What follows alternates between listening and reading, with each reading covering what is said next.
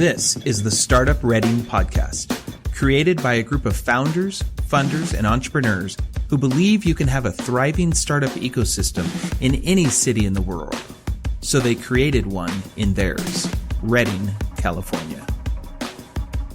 Welcome back to The Origin Story. This is part 2 with Hope Seth, Joshua Johnson, and Luke Miner. If you didn't catch part 1, that can be found at episode 1 of the podcast, and we really recommend that you go back and listen to that first.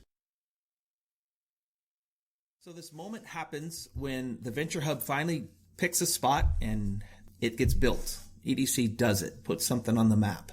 And you gather these two guys as our entrepreneurs in residence, and startup companies started to move into it pretty quick, and this thing got activated. And like Luke was saying, it felt from a community perspective like the thing that did it more than anything was Startup Weekend. When that happened, again, it just sort of clicked the whole thing forward in a whole new way. What did it take to get Startup Weekend going? What was its impact? Well, I'll jump in and say that I didn't even know what Startup Weekend was. I remember we were in a meeting, we were brainstorming with Mark and Hope and Josh. We're like, what should we do? What kind of event should we do to get this Venture Hub kind of kicked off? And Josh was like, well, have you guys ever done a Startup Weekend? And I don't remember, Hope, what you did, but I remember me, I was like, I didn't say it at the time, but I was like, what's Startup Weekend? You know, like trying to pretend like I kind of knew, but I had no idea. And Josh was like, wait, you guys have never done a Startup Weekend? Really? And we're like, no, what, you know, and so he kind of explained it. Yeah, I didn't really know what it is. Kind of explained it, and it was like, I'll let Josh tell more of that side, but that's how I felt at the very beginning when it came up. So I had heard, in Chattanooga, they did something called a 48-hour launch. It was their version of a Startup Weekend, and I was pretty familiar with that. And we had been talking for a while about a hackathon, trying to do it like a hackathon, some sort of event that would bring together. We had done Beer and Bites for like 2 years.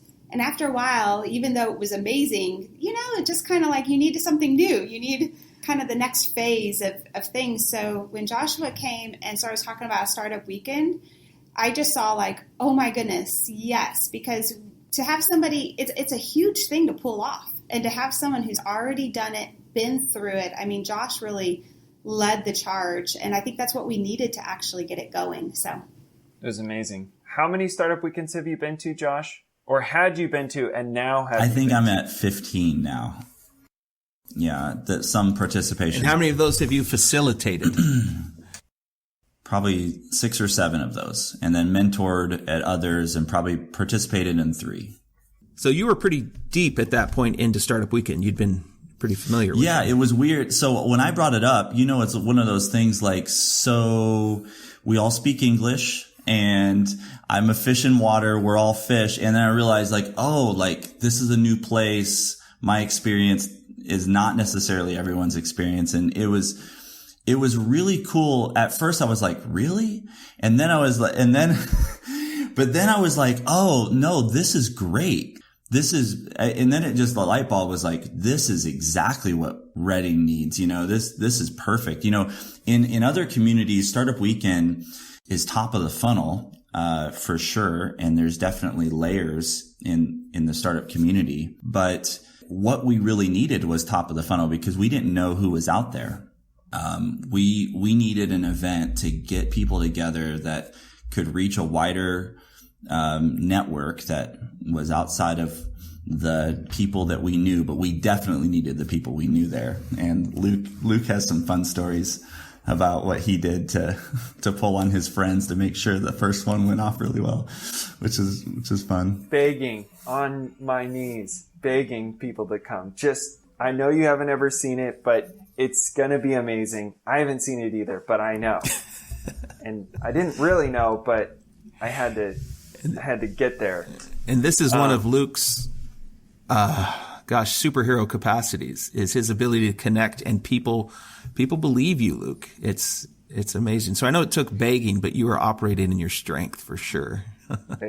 It was an interesting time. It was a good thing that I was unemployed at that time, because I would not have been able to do a full-time. That was like a full-time job. And talk about community, it was So Startup Weekend it's a free event that's sponsored by Techstars. They'll give you a bunch of resources to put on. It's a 54-hour pitch event where entrepreneurs come, pitch an idea, teams form.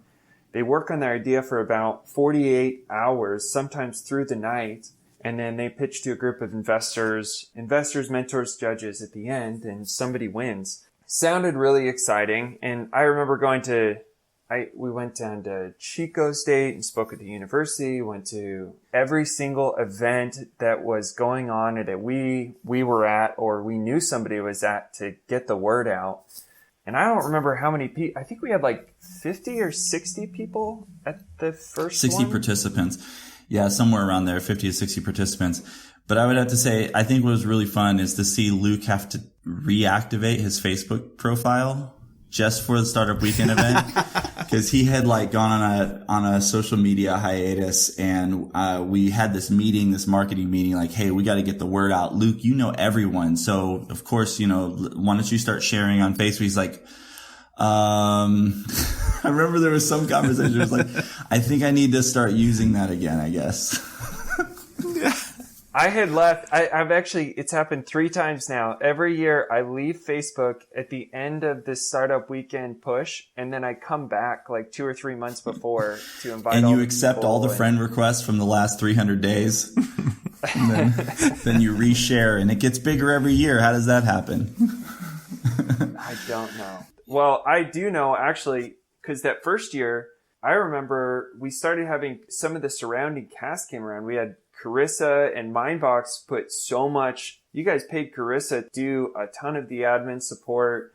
The EDC threw in a bunch of Hope's time. You were probably spending like 15, 20 hours a week leading up to it. I might be making that up, and then there was all of these. We had like the best mentors and judges. We had Shasta Angels throw into it. We had some of the local colleges sponsor it. We got free food from a bunch of local restaurants. I mean, we had so many people that came out of the woodwork to support it, from volunteers or financially or food or even just showing up. It was pretty amazing to see all. And what's cool about it, what I love about the story is it wasn't a perfect event.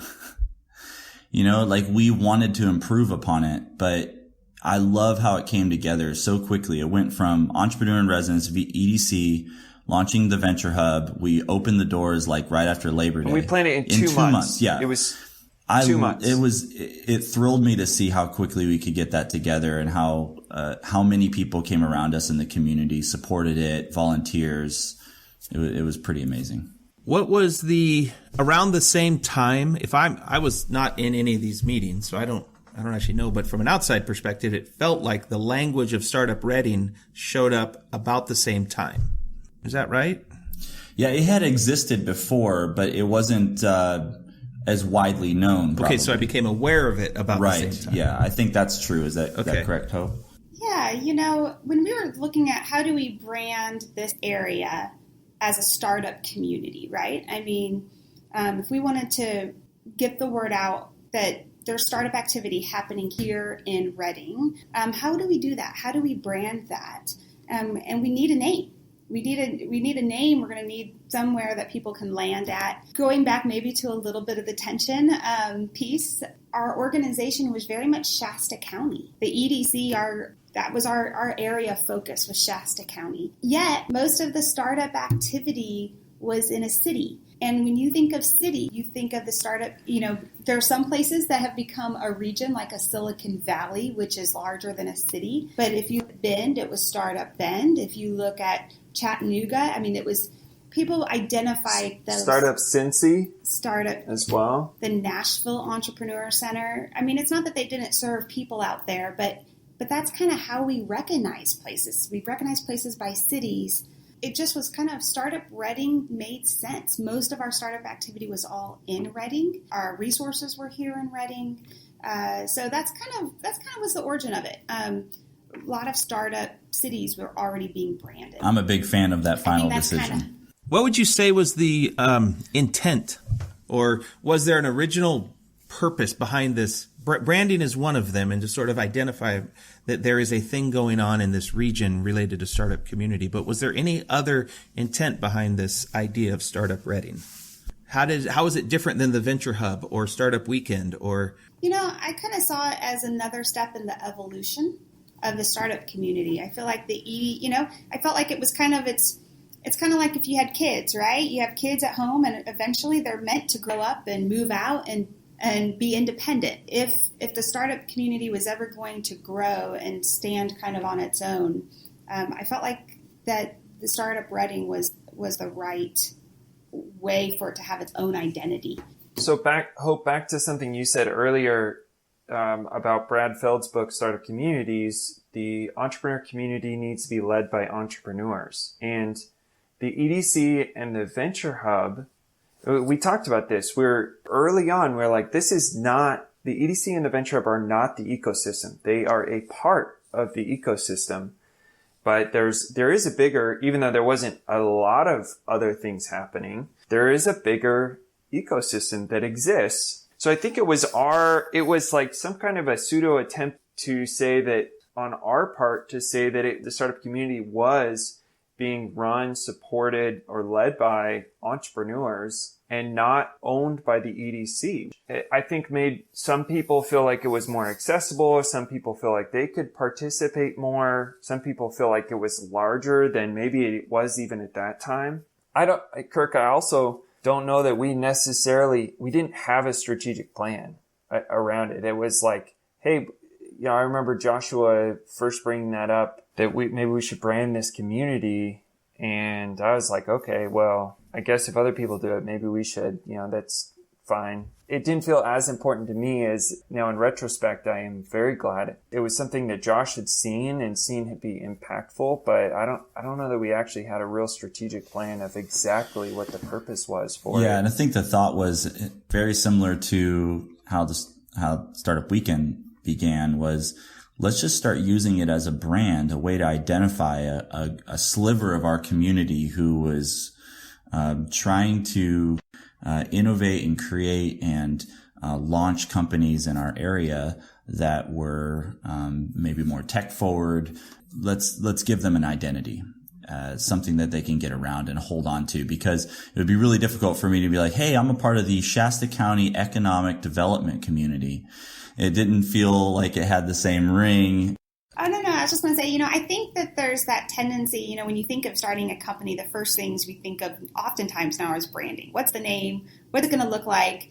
And I'd have to say that the EDC, we never really thought like that. We really thought of what's the product. We focus on the product. It really wasn't about the name. It was about this. We called it the startup community. I mean, honestly, that was the phrase. Startup community was the phrase. And as it evolved, as we started the Venture Hub, what happened was before pre-Venture Hub, it was all startup community. Everything we did was really more of a seeding of the startup community, a convener. We were a convener of the startup community. Nobody thought of, I'm joining the EDC. It was all a big startup community. But when we moved to the Venture Hub, a very unique thing happened where now we actually have a physical space. We actually have boundaries now. And now it looks like the startup community is the Venture Hub, but it wasn't. The startup community was actually much larger than the Venture Hub. We just were taking on a specific portion of the ecosystem. And I think that caused a little bit of, not confusion, but I think people go, well, I don't identify with the Venture Hub. Like, I don't have an office there. I see myself as part of the startup community, but I'm not necessarily part of the EDC or part of the Venture Hub. And I felt like at that point we had to have another identity that would connect us as one community. Yeah. Because we had brought so much definition to just one piece of it, it created this sense of either people had to say they were part of that or they were part of something else, and we needed something bigger to say this is actually who our community is. That's really interesting, yeah. So after the first Startup Weekend, there was this momentum. Is that all right? Is that fair to say? Something shifted. How did that shift the ecosystem, and what were the implications of bringing Startup Weekend and creating this Startup Reading concept? I just want to say, I'll let you guys jump in on the answer to that question, but that first Startup Weekend was electric. I mean, have you ever been to a sporting event with 50,000 people and everyone cheering their heads off because something totally wild just happened that blew your minds, and the crowd just goes wild? not just watching on TV, but have you ever been in a stadium like that? That's a similar feeling that this first Startup Reading Startup Weekend event that we hosted felt like on that Sunday night when people were giving their pitches. I had never been to a Startup Weekend event with that kind of community support and excitement and electricity around their friends pitching their businesses in front of judges. There was so much confusion about what Startup Weekend was for so many people, which is there's a lot of funny stories with that. But when it got down to the end and people were giving their pitches, it was so cool to see. I'd never experienced it in any other city. And I've been to Startup Weekends in a lot of different states and different cities, college campuses. It was amazing. So I just have to say, Reading had something special from the beginning that in its DNA, in some of the culture and subculture and parts of our community that really made an event like that even better than what we expected. So back to Kirk's question, how did it impact? I think it would be interesting to hear Hope and Luke being ones that have been here longer and kind of have seen the before story and the after story. I had some serious exhaustion after event organizing, promote, talking to people about. I was so tired. It was like it was this.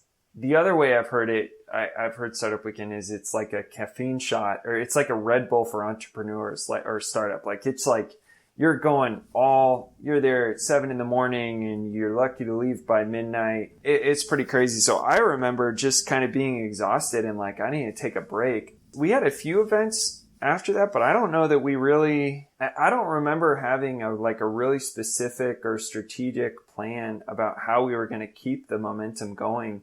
We already had a number of things going on in the startup community because Beer and Bites continued to go and Pitch Breakfast was already happening and the angels were already meeting and there was stuff that just continued on. Did it bleed? I mean, how did those events continue to shape? What did it do in the ecosystem and to have this big adrenaline shot? Yeah, so from my perspective, they're looking at the ecosystem as a whole, right? Looking at the ecosystem, looking at the process, how startups are born, how they mature, how they develop.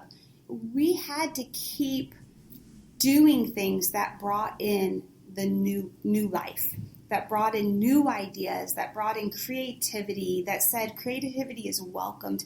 I kind of compare it to like if I had my daughter, 3 or 4 years old and coming to me with her artwork. If I was like, oh, well, that's not quite this really developed, I can't quite make out exactly what you're trying to do. You know what I mean? Like you shut down and you stifle creative thinking, which is actually the seed of any sort of innovation. And so for me, the Startup Weekend was like another one of those ways that we got to validate and encourage early stage dreaming and creativity, which I think was so important if we were ever going to find those companies that had the potential. It also introduced people to the startup community and they had no idea what the startup community was. And they felt validated because maybe they had a skill in marketing, but they didn't see themselves as part of a startup community because they weren't techie or they weren't the idea person. It actually validated the fact that they would have a role in the startup community. So that's such a good point, Hope. Yeah, so I felt like that it was such a needed piece. We brought in through Startup Weekend too a whole bunch of people that I had no idea. We didn't even know. We kind of had a database of who was involved in the startup community here and what they do. Startup Weekend brought in a whole nother element of people that we didn't even know were here in the community. So I felt like there was a lot of value. I think for me, the question came, okay, what's next? Okay, we have lots of ideas. We got a lot of people excited. We got a lot of people who want to keep working on their ideas. What did they do next? Like it actually really revealed this gap of a development process that we didn't have that next stage. What do you do with a company or with an idea once they get maybe to a prototype stage or they're at that prototype stage? So from that time, or sort of over the next couple of years, a new era in the ecosystem was birthed. How would you describe what happened over the next couple of years as the Venture Hub was functioning, Startup Weekends were going on? programming was being developed, community was being formed. How would you describe that? Here at the Venture Hub, I think by the time the end of the first startup weekend, really by the beginning, so that was done in 15, by the beginning of 16, the Venture Hub was full. We were full. Our office space, we probably had about 30 co-working members. We had 9 offices. We were working to, we still were doing the pitch breakfast and the beer and bites. And things were really kind of going well. The angels, they really started seeing a lot more companies and even a higher quality or maybe not a higher quality, but maybe further along in the development stage of where startups were. They started seeing those. The next question is, what was next? Right? What's next? We have a good top of the funnel. We're identifying people. We have people who are in process. Really, what is next? And I think that became the shaping of 2016. So what's next for you guys, Luke and Josh? After your well-earned break. Right. I remember we talked about doing a lot of different ideas. At that time we talked about maybe early conversations about a venture conference. We talked about, okay, maybe we do an actual accelerator that is a course. We talked about a lot of stuff. We didn't actually jump on any of those ideas at the time. I think probably where the energy, at least my energy and effort went was going back into and increasing the pull on the events like Beer and Bites and Pitch Breakfast and the events that were already happening. I don't know. I don't remember anything new being started after that. Yeah, I think there was good reason for it. Coming from where I came from in Cincinnati, you kind of see startup ecosystems at maturity levels. Reading was immature, as you would imagine. The entrepreneurs, the ideas, the fund access to capital, the fundable ideas, they weren't really there yet.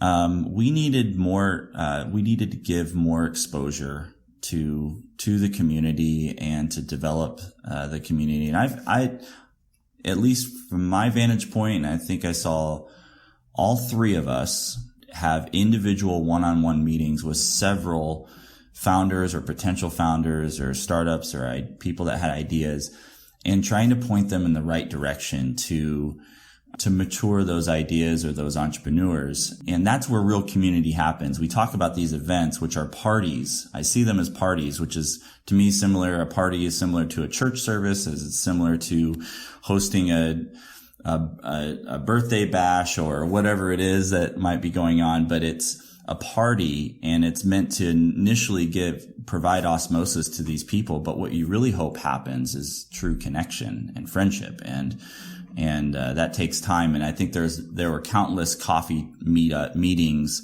one-on-one meetings, beer meetings, whatever it might be, with entrepreneurs and people that said, "Hey, I got an idea I want to run by you," or "Hey, I was at the startup weekend. Can we connect over coffee, or can we talk about, stuff?" And there was a lot of that. And it was what you would expect. A lot of things where you're pointing people to books, you're pointing them to web resources, you're inviting them to the next, event that might happen. You're saying, "Hey, you really should do Startup Weekend again next year." All of those kinds of things. And then I remember the next Startup Weekend, then we started programming after the second Startup Weekend, and we had a better sense of where our community was. When did we do co-working days? Oh yeah, we did. That's right. We did co-working days. We did co-working days. I can't remember where that was at, but I think that was where we were trying to we were again building awareness about the Venture Hub, about the community. And so we used a lot of those one-on-one meetings to try to get people to say, "Hey, instead of you having to be a member of the Venture Hub to come check it out, like, we're just going to throw a day where it's free for everybody. We're going to get a food truck. We're going to get some kind of a light programming over a lunch hour." We made these like ridiculous memes that were... Well, you guys actually ran a series of videos and memes during that period of time where you were teaching our ecosystem, Yes. how to co-work. And Oh so my what is now gosh. is just so basic, like headphones in, don't talk, headphones out, I'm available, and just very simple protocols and etiquette. I remember watching those going, hey, that was kind of helpful. Because Hope's been using this metaphor of parent, right? How you parent something and inspire it to grow.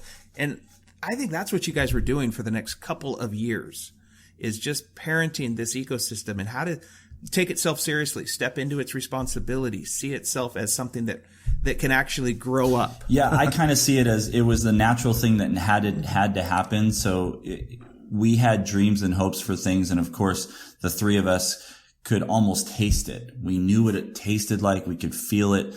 But you can't make your 3-year-old act like a 10-year-old.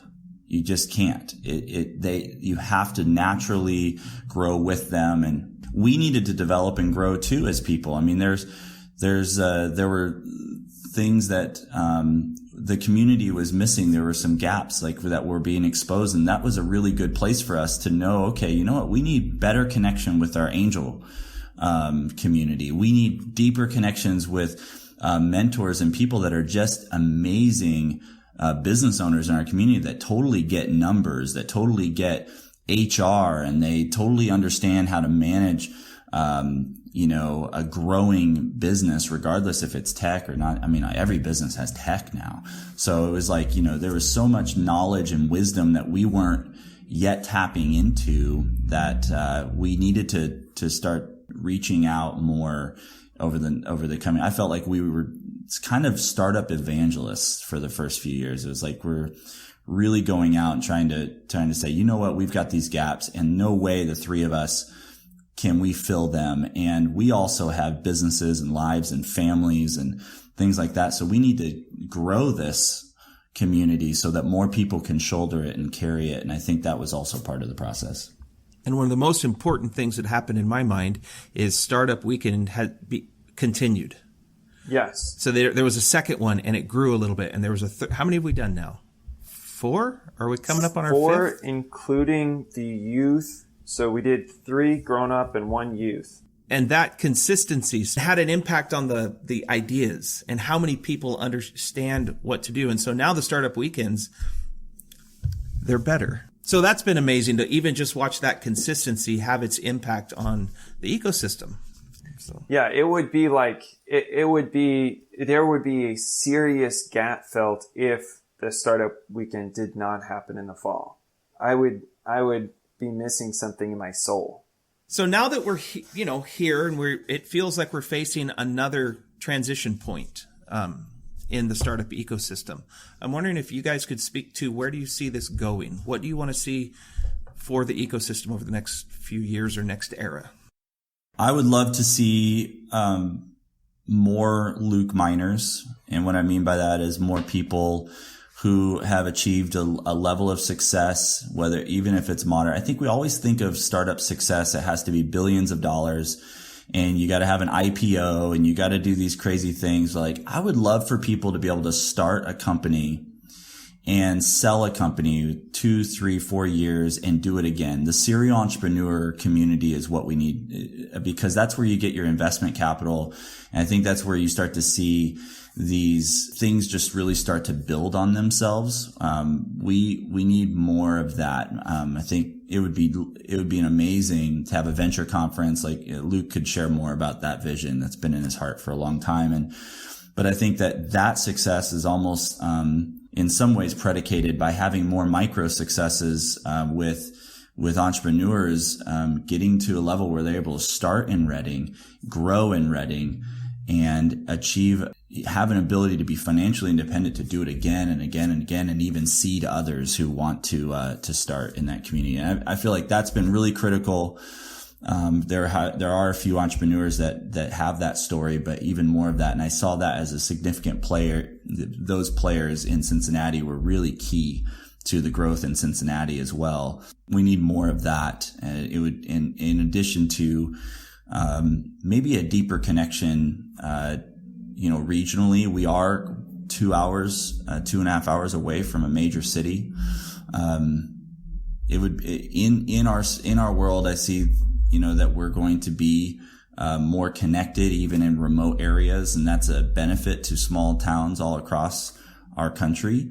I think Reading, over the next 2 to 5 years is probably going to find a sister, probably a big sister somewhere to be really connected to. That's going to, because we have things up here that big cities don't have, and natural resources, and there's a lot of benefits to being in Reading, but big cities have things that we don't have that's pretty clear and obvious, with big airports and we have access. 50,000 acres of lakes within like 20 miles. Yeah.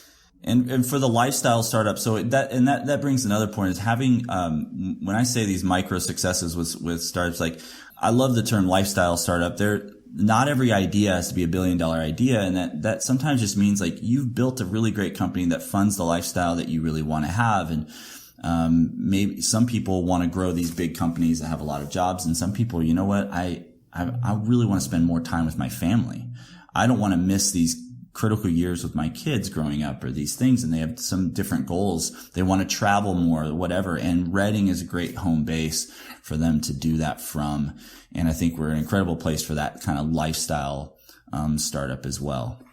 I completely agree on the lifestyle startup. That's what kept me here and is keeping me here, and is the fantastic lifestyle that you can experience. If I were to put like a 1-paragraph line about where are we and what do I think is next or is necessary to take a next step, is I think that our startup community is still heavily, and maybe will always be heavily, dependent on volunteerism. We're just a bunch of volunteers. And it's not us three anymore, or just us three anymore. It's like Josh Miller and Chris Gratney and Todd Jones and Eric Hyatt and Kirk Wayman, and all of these people who have like jumped in headfirst and said, I'm gonna volunteer my time. There's like countless more people, so I probably shouldn't have named anybody because I wouldn't be able to name all. So if you're listening and you weren't named, Luke's email is luke. Write me a dirty Facebook message because I won't ever check it. The problem with the volunteerism startup Reading is that it has these waves of when people have a lot of time and then they have a little time. And it actually, you can feel the influence of how much free time people have. Like, stuff kind of goes pretty silent around Thanksgiving, Christmas time, because there's not anyone like who's actually dedicated. They're all spending their extra time with family, friends, other stuff. Or the summers are a little harder because people are going on vacation, and at some point, having a person who that's their job and that's what they do with 20, 30, 40 hours a week is investing in that. That's their one thing, I think, is probably the next major step toward that aim. Hope, come back.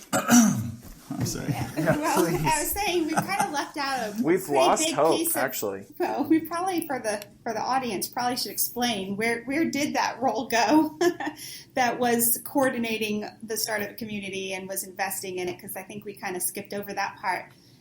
So in the fall of 2016, I really felt like my value add, what I was bringing to it, which was, I felt like the community was connected, they were coordinated, we had things in place, and I really felt, honestly, for the next phase of what was needed was really, I'm a generalist, and generalists are great, but at some point in your business, you also need to be able to have those that specialize. And I just felt like we needed people who had that ability, especially when it came to mentoring, finance, investment, those kind of things. I felt like I just took it as far as I could take it. I felt like it was time for someone new to be able to come in and pass the baton to that can then run the next leg of it. So I backed out in the fall of 16. What they did was they actually took my position. We lost hope. I was still kind of around, like maybe. Oh, well, then we were hanging on to hope then. That's what we were.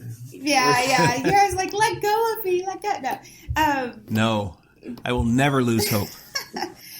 But they took my role down at the EDC to a part-time position. I would equate that kind of like your kids growing up and moving to college, and you're now only giving them half of what they had, and it's time for them to go out and start working and providing part of their expenses and doing some of that also. And so the role went down to part-time. And I feel like what we've seen is the transition of that, the transition of a resource that kind of was backed off a little bit, but then what fills that gap?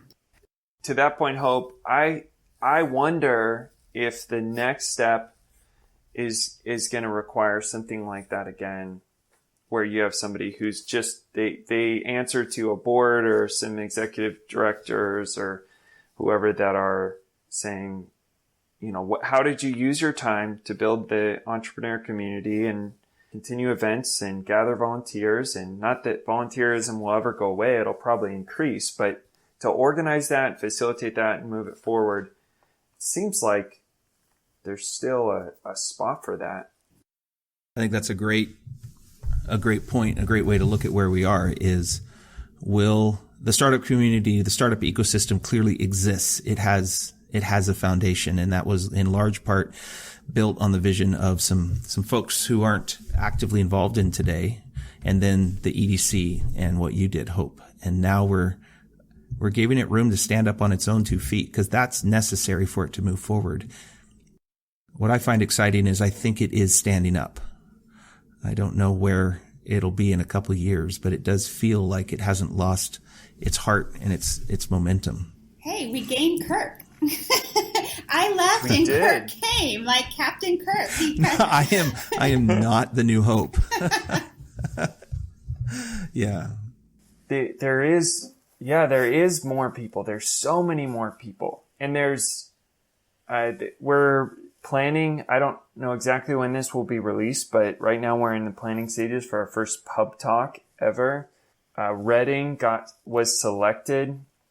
We'll probably have another podcast on this, but Reading was selected to be one of 7 cities in North America to host an Unsummit, which is bringing the organizers of Startup Weekend together. And so we're going to have 30, 40, 50 people from nearby communities, from San Diego to Seattle and then a little bit east of us, converge on Reading and have a mastermind this fall about building a startup community and another startup weekend. And it's growing, and it is absolutely taking its own momentum. Thanks, guys, for taking time to share your story with us. I know there's so much more that took place and went on, but I'm grateful that we've captured those moments and are able to share them with this ecosystem. I want to invite everybody, when you see Luke Miner, Hope Seth, or Joshua Johnson on the streets, at events, in cafes, bars, and coffee shops, walk up to them and just say thank you. Because these 3 did the heavy lifting at a necessary time, and they didn't do it alone. They'll tell you that there was a whole community around them that made it work. But without the work of these 3, I don't think we'd be where we are today. They truly are the founders of Startup Reading.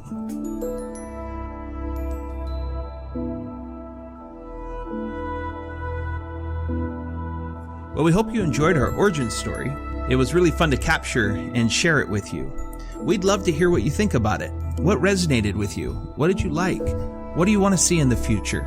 The best way to do that is to visit Facebook, and you can search for Startup Reading, and you can leave comments there. We just absolutely love to hear that. The more we share, the more we dialogue about all this, the bigger the community gets. You can also find out what's going on at our website, startupreading.com. We list events there and upcoming activities, as well as links to all the different episodes of this podcast. And never forget, today is a great day to get something started.